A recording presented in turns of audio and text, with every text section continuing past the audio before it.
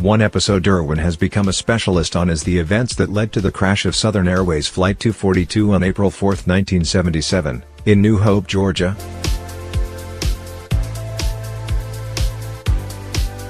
Professional pilots like Rick Irwin study airplane crashes to understand how to understand and avoid what may have led to the disaster.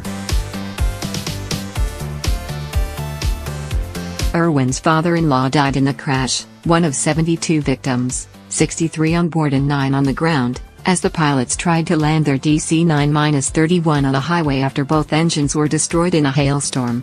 There were 22 survivors on the plane.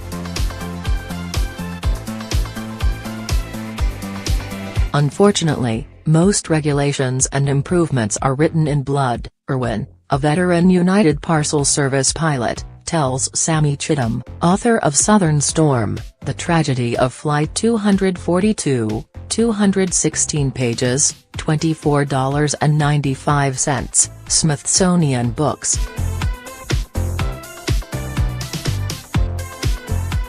Chittum describes the harrowing day, from the developing storm and its fury, the pilot's actions to try to restore the damaged plane, the heroics of the 2 flight attendants and the community that was forever changed by the disaster.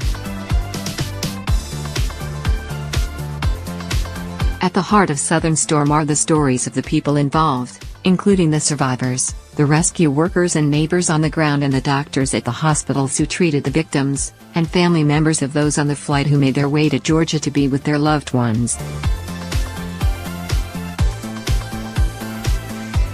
Co-pilot Lyman Keel Jr. was at the controls during and after the storm, when the plane's engines failed.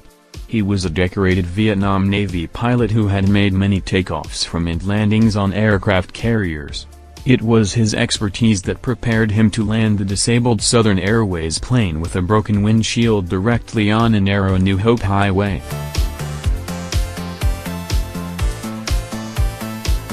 Perhaps the most heartbreaking is the story of the husbands whose wives, all related, were killed on the ground in an instant, and the hours that passed before the men learned of their fate. Chittum also tells of 2 survivors and their return from another world immediately following the crash. Their tales are chilling, but their stories end too soon with unanswered questions. Yet the power of Southern Storm remains in Chittum's reporting before, during and after this tragic event, and the amazing stories and reunions that continue to present day.